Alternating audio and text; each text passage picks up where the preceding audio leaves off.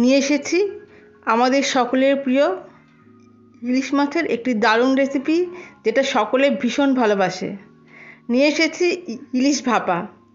কী পদ্ধতিতে রান্না করলে সবথেকে ভালো স্বাদের হয় এবং কী টিপস অ্যান্ড ট্রিক্স আছে সেটাও কিন্তু অবশ্যই আমি বলবো। তাই অনুরোধ, তোমরা স্কিপ না করে পুরোটা দেখতে থাকো। তো হ্যালো বন্ধুরা, কেমন আছো? আশা করছি সবাই ভালো আছো। আমার চ্যানেলে সবাইকে স্বাগত। যারা আগে থেকেই ছিলে এবং যারা নতুন এসেছো, পাশে থাকার জন্য তাদের অসংখ্য ধন্যবাদ। প্রথমবার দেখলে চ্যানেলটিকে সাবস্ক্রাইব করার অনুরোধ থাকলো। ইলিশ মাছ ভাপা বানাবার জন্য প্রথমেই যেটা করতে হবে সেটা হচ্ছে সর্ষে। নিয়েছি 2 চামচ কালো সর্ষে এবং 1 চামচ সাদা সর্ষে। এই সর্ষেকে আধ ঘন্টা খানেক জলে ভিজিয়ে রাখতে হবে, তাহলে সর্ষে বাটতেও অনেক সুবিধা হবে এবং সর্ষে যে তিতকুটে ভাব আছে সেটাও কিন্তু অনেক কম হয়ে যাবে। এখন মাছকে খুব ভালো করে ধুয়ে পরিষ্কার করে নিয়েছি এবং তাতে এখন মিশিয়ে নেব পরিমাণ মতো লবণ এবং হলুদ। লবণ এবং হলুদ দিয়ে খুব ভালো করে মাছকে ম্যারিনেট করে নিতে হবে। মাছের প্রতিটি জায়গায় যাতে লবণ এবং হলুদ সম পরিমাণে লাগে সেটার দিকে একটু বিশেষ খেয়াল রাখতে হবে এবং তারপরে মাছকে রেখে দিতে হবে প্রায় 15 থেকে 20 মিনিটের জন্য। এদিকে 15 থেকে 20 মিনিট হয়ে গেছে। সর্ষেকে ছেঁকে নিয়েছি এবং একটা মিক্সার গ্রাইন্ডারের জার নিয়েছি এবং তাতে দেখে নাও যে এর মধ্যে আমি আর কী কী দিচ্ছি।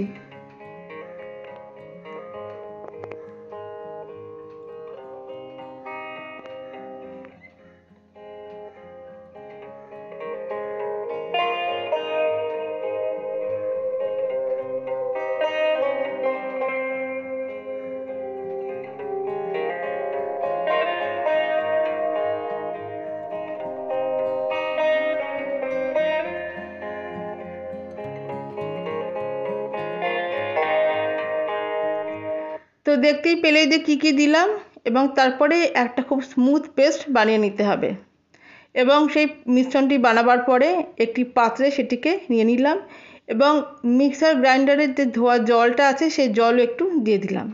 এর মধ্যে আর একটুখানি লবণ মেশালাম। লবণটা কিন্তু খুব বুঝে মেশাতে হবে যাতে বেশি বা কম না হয়ে যায়। আর রঙের জন্য দিয়ে দিচ্ছি অল্প পরিমাণে হলুদ। এইবারে দেব 1 চামচ টক দই এবং এগুলো দেবার পরে খুব ভালো করে মিশিয়ে নিতে হবে এবং যাতে খুব স্মুথ একটা পেস্ট তৈরি হয় সেই কারণের জন্য আর দিয়ে দিচ্ছি একটু সর্ষের তেল 1 চামচ। এবং দেখো এই সমস্ত জিনিসগুলো দিয়ে খুব ভালো করে মিশিয়ে নেব এবং যাতে কোথাও কোনো লাম্পস না থাকে এবং যাতে মিশ্রণ খুব মিহি হয় সেই কারণের জন্য এইভাবে দেখো মিশিয়ে নিচ্ছি।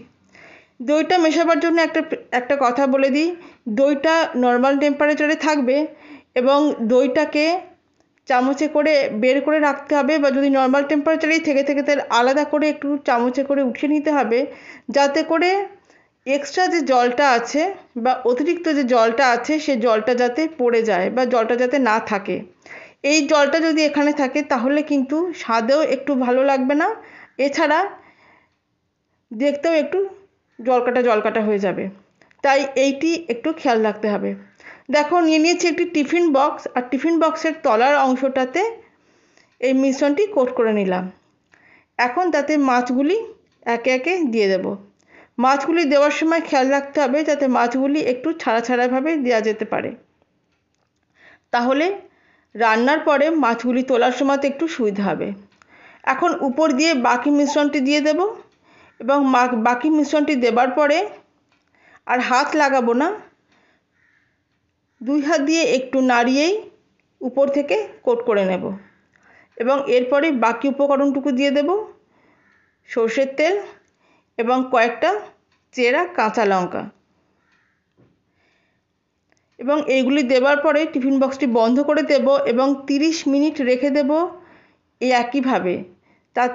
এইভাবে রেখে দিলে স্বাদটি অনেকটা বেড়ে যায়।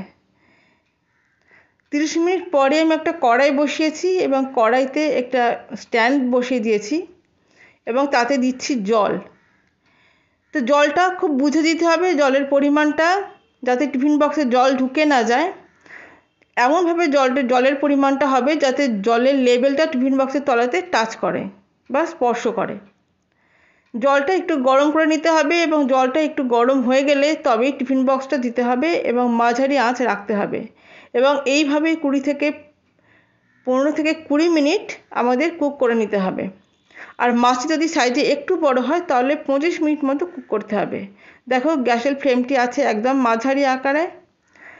এখানে আমি মিনিট 15-20 মতো কুক করে নিয়েছি এবং 15 মিনিট পরে ঢাকা দিয়ে দিলাম এবং গ্যাসটি বন্ধ করে দিলাম।